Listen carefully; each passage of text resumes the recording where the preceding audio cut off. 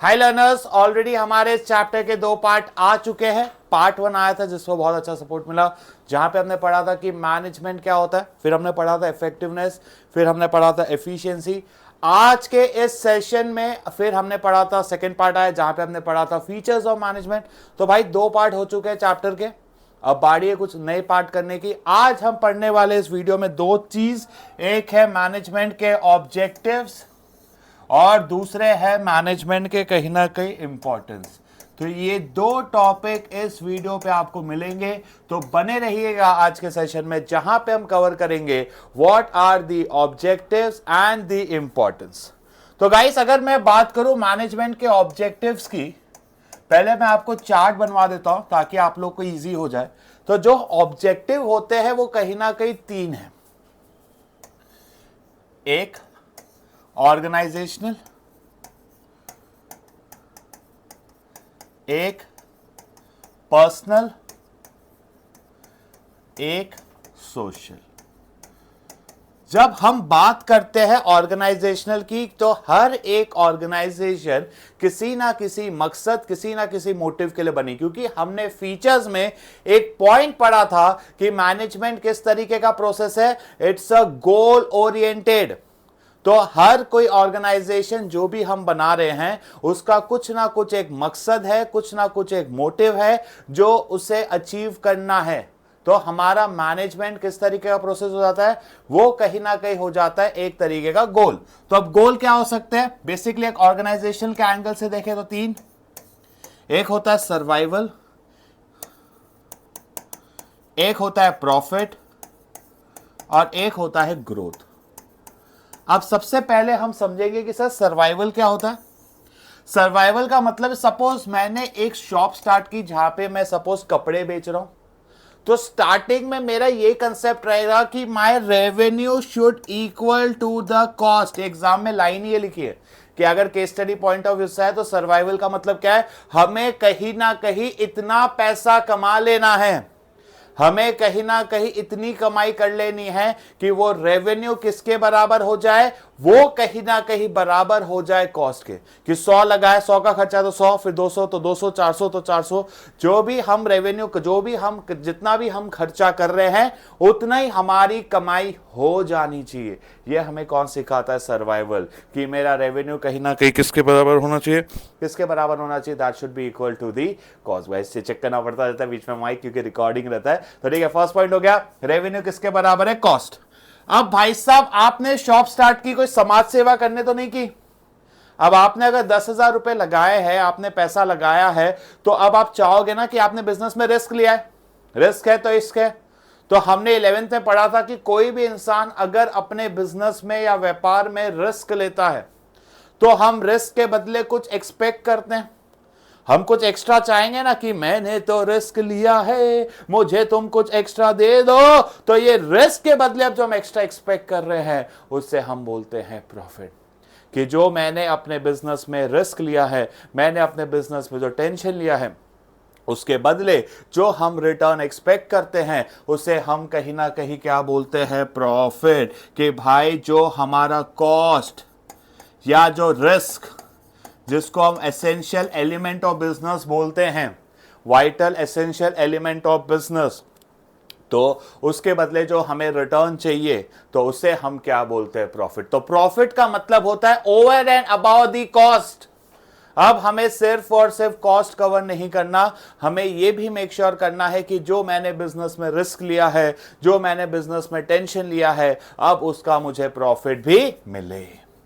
अब नेक्स्ट है ग्रोथ। जैसे जैसे अब मेरा बिजनेस बढ़ते जा रहा है, बढ़ते जा रहा है, बढ़ते जा रहा है, हमें क्या चाहिए, हमारे प्रोडक्ट्स बढ़े, हमें क्या चाहिए, हमारा कैपिटल एम्प्लॉयड बढ़े, हमें क्या चाहिए, हमारा सेल्स बढ़े, हमें चाहिए हमारा एम्प्लॉयज बढ़े।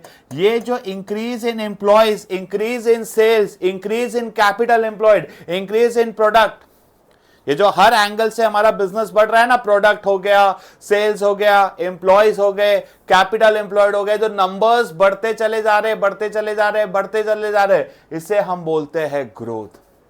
तो हर कोई इंसान 3 चीज चाहेगा, सबसे पहले सर्वाइवल, फिर चाहेगा प्रॉफिट, फिर चाहेगा ग्रोथ। कि आपने बिजनेस स्टार्ट किया है तो भाई साहब इतना पैसा कमा लो कि cost is equal to revenue. फिर अब हमने बिजनेस में रिस्क लिया है, टेंशन लिया है, तो उसके बदले कुछ एक्स्ट्रा एक्सपेक्ट करोगे, ये एक्स्ट्रा को हम क्या बोलेंगे? प्रॉफिट। अब जैसे जैसे बिजनेस बढ़ रहा है, हम क्या चाहेंगे? कैपिटल एम्प्लॉयड बढ़े, हम चाहेंगे एम्प्लॉयज बढ़े, हम चाहेंगे प्रोडक्ट बढ़े, हम चाहेंगे सेल्स बढ़े, उसे हम कहीं ना कहीं क्या बोलेंगे? ग्रोथ। तो यही तीन है हमारे ऑर्गेनाइजेशनल ऑब्जेक्टिव, जिसे हम बोलते हैं सर्वाइवल, प्रॉफिट एंड ग्रोथ। अब मैं आपको मॉड्यूल से एनसीईआरटी पढ़वा देता हूं। यहां पे क्लियरली लिखा हुआ है कि इतना पैसा कमा लेना है कि हमारा जो रेवेन्यू है, जो मैं रेवेन्यू की बात कर रहा हूं, ये रेवेन्यू कहीं ना कहीं किसके बराबर हो जाना चाहिए?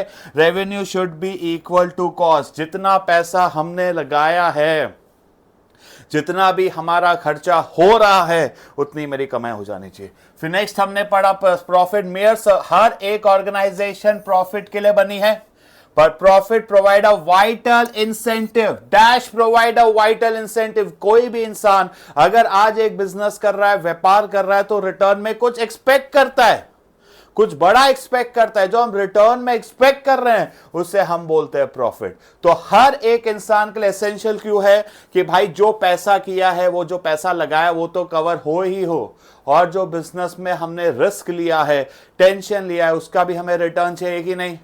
जो भी मैं अपने बिजनेस में रिस्क ले रहा हूं, जो मैं अपने बिजनेस में टेंशन ले रहा हूं, उसका भी रिटर्न चाहिए कि नहीं? वो रिटर्न कहां से आएगा? प्रॉफिट। समझ आया ये दोनों टर्म्स? अब उसके बाद नेक्स्ट क्या है? ग्रोथ। दादा ग्रोथ, अरे ग्रोथ बाबा, ग्रोथ। तो ग्रोथ का मतलब क्या होता है? देयर इज अ इंक्रीज, या तो सेल्स बढ़े, या तो देखो increase in number of employees, याद रखिएगा एग्जाम में आया बोर्ड्स के, नंबर ऑफ प्रोडक्ट, या तो कहीं ना कहीं हमारा क्या इंक्रीज होना चाहिए? Capital employed. इनमें से कोई भी एक चीज बढ़ रही है, sales, product, capital employed, employees, इनमें से कोई भी एक चीज बढ़ती है, उसे हम कहीं ना कहीं क्या बोलेंगे? We will call it as a growth. क्या बोलते हो? ग्रोथ। सेल्स बढ़ना, एम्प्लॉयज बढ़ना, प्रोडक्ट बढ़ना, कैपिटल एम्प्लॉयड बढ़ना, ये सारी चीजें जब भी बढ़ती है, इसे हम कहीं ना कहीं बोलते हैं ग्रोथ। इसमें याद रखना कि अगर मेरे क्रेडिटर्स बढ़ रहे हैं, क्या भैया तुम अपने बिजनेस में अगर उधारी बढ़ा रहे हो, तो उधारी को कहीं ना कहीं हम ग्रोथ नहीं कहते। अगर मैं अपने बिजनेस के कहीं ना कहीं क्रेडिटर्स बढ़ा रहा हूं, तो उसे हम ग्रोथ नहीं कहते। ठीक है, चलो अब सबसे पहले फिर उस चार्ट को भी हम कंप्लीट करेंगे। नेक्स्ट है हमारा सोशल ऑब्जेक्टिव। देखो गाइस, हर कोई इंसान, हर कोई बिजनेस समाज ने बनाया, और समाज हमारे गुड्स खरीद रहे हैं, तो आज हम चल रहे हैं। फॉर एग्जाम्पल, एससी एजुकेटर एक चैनल है, हम कितना भी अच्छा कंटेंट बना ले, जब तक बच्चे उसको नहीं देखेंगे, बच्चे उसको रिस्पेक्ट नहीं करेंगे, नहीं चलेगा। तो आज अगर हमें अच्छा रहना है, तो वी नीड टू ट्रीट। फिर मैं आपको बता दूं, we have even a WhatsApp group, description में लिंक्स है, आप प्लीज़ उसको ज्वाइन किया करें, ठीक है? नहीं तो मैं इसका भी एक शॉर्ट बना के डाल ही दूंगा, अभी डाल ही दूंगा। तो guys, we need to think for the society, और ये चैनल उसी के लिए बना है। सच बता रहा हूँ, ये चैनल पे हमारा कोई स्वार्थ नहीं है, अभी तो नहीं है, हो सकता है आगे जाके मैं सोचूं, पर अभी तो कोई स्वार्थ नहीं। कि अभी 3-4 महीने तक तो बस इतना ही सोचा है कि बच्चों को फ्री में एक अच्छी प्लेलिस्ट बना के दे देनी है फॉर अकाउंट्स, इको, बीएसटी, जो हम लग चुके हैं। हर रोज़ 2 वीडियोस आ रहे हैं, तो हर एक बिजनेस को वैसे भी सोसाइटी के लिए, समाज के लिए सोचना चाहिए। आज रिलायंस हो, टाटा हो, विप्रो हो, इन्फोसिस हो, they are doing great, they are tremendous, but even उनकी इमेज की अच्छी मार्केट पता है, क्योंकि सोसाइटी के लिए अच्छा करते हैं। They prefer this eco friendly methods. वो अंडर प्रिविलेज एरियाज में या गांव में जा जाके फैक्ट्री ओपन करते हैं, जैसे रिलायंस ने जामनगर में प्लांट ओपन किया, क्योंकि उसका जड़ था, वो वहाँ पे पैदा हुए थे। तो गाइस, कहीं ना कहीं हमें हमारी समाज के लिए सोचना है, अच्छे प्रोडक्ट्स बनाना, इन्वायरमेंट फ्रेंडली करना, स्कूल्स ओपन करना, अस्पताल ओपन करना, ओल्ड एज होम्स खोलना, ये सारी चीज़ें हो जाती है सोसाइटी। क्रिएटिंग इकोनॉमिक वैल्यू, जो सोसाइटी उसको बनाते हैं। इंक्लूड्स इन्वायरमेंट, देखो क्या आता है इसमें सारी चीज़ें, environmental friendly methods, employment opportunity, schools and health care. जब हम सोसाइटी के लिए कुछ भी कर रहे हैं, क्या गई, जो चीज़ हम सोसाइटी के लिए कर रहे हैं, उससे हम बोलते हैं कहीं ना कहीं सोशल ऑब्जेक्टिव। चलो उसको यहाँ लिख देते हैं, लिख देंगे हम इसको। कहाँ गया, कहाँ गया चार्ट, कहाँ गया चार्ट? ठीक है, अब इसमें हमारा क्या आ जाएगा? सोसाइटी के लिए कुछ करना, जैसे कि इन्वायरमेंट, जैसे कि इको फ्रेंडली प्रोडक्ट्स, फिर एम्प्लॉयमेंट अपॉर्चुनिटीज़, फिर इसमें एक और चीज़ आएगी क्वालिटी, अच्छी क्वालिटी होनी चाहिए, और with the proper price, society उसको एक्सेप्ट करे। तो ये सारी चीज़ें जब हम समाज के लिए कर रहे हैं तो वो सारे फैक्टर्स हमारे लिए क्या हो जाएंगे, एक तरीके के सोशल ऑब्जेक्टिव। तो सोशल ऑब्जेक्टिव हुआ। अब गाइस, एक ऑर्गेनाइजेशन कहीं ना कहीं बहुत सारे एम्प्लॉय से बनती है। किससे बनती है? जब भी हम एक ऑर्गेनाइजेशन की बात करते हैं, it's made of various kinds of employees. तो गाइस, एक चीज समझ लेना कि आप अलग अलग किस्म के लोग एक ऑर्गेनाइजेशन में काम कर रहे हैं, वो ऑर्गेनाइजेशन तभी आगे जा सकती है जब हम एम्प्लॉयज को साथ में लेकर चले।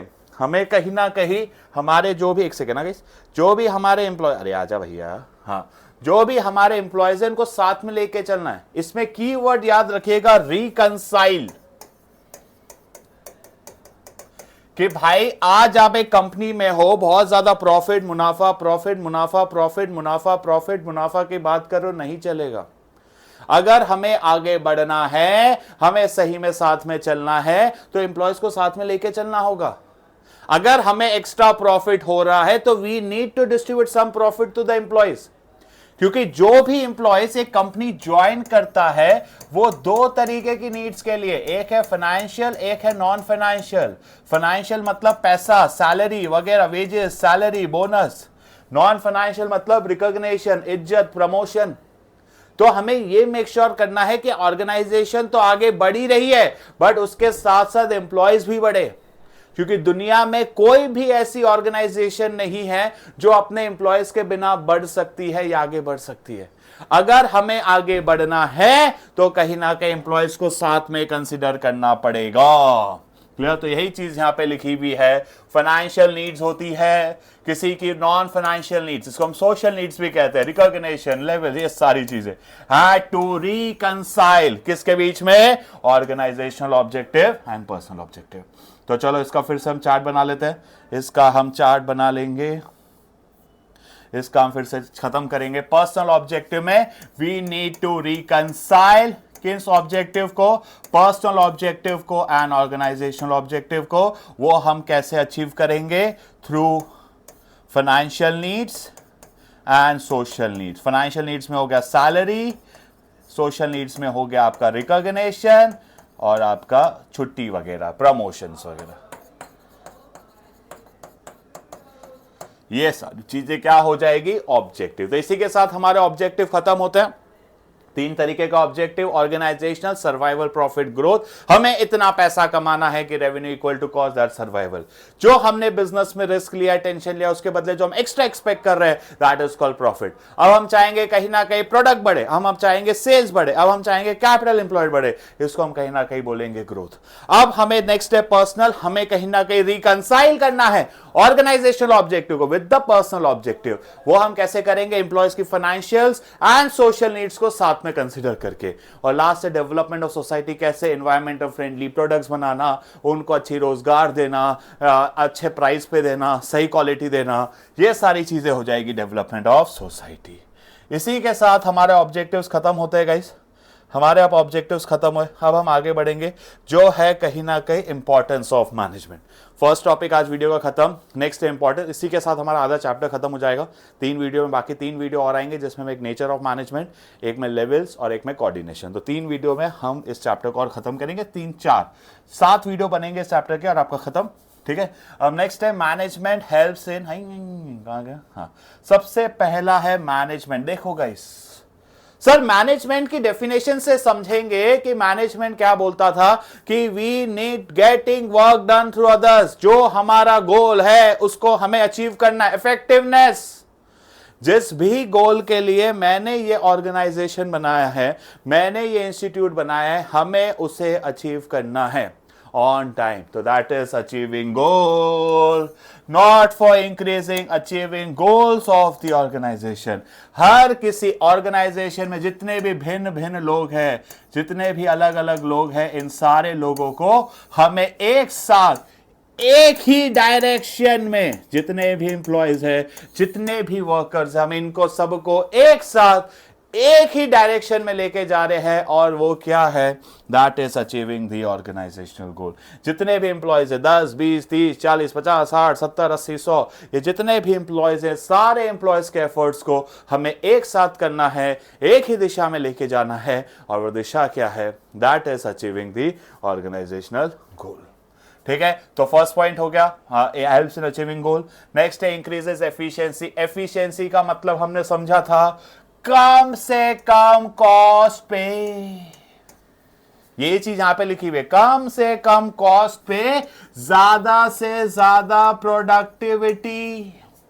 भाई साहब, हम हमारे बिजनेस में काम कैसे कर रहे हैं, कम से कम कॉस्ट पे ज्यादा से ज्यादा आउटपुट। वो कैसे होगा, थ्रू फॉलोइंग अ प्रोसेस, और उस प्रोसेस में क्या क्या आता है, planning, organising, staffing, directing, controlling. जब हम इन सारे फंक्शंस को सीरियसली फॉलो करेंगे, हम कहीं ना कहीं अपने खर्चों को रिड्यूस करेंगे और प्रोडक्टिविटी को टिंग टिंग टिंग टिंग टिंग टिंग टिंग टिंग टिंग बढ़ाएंगे।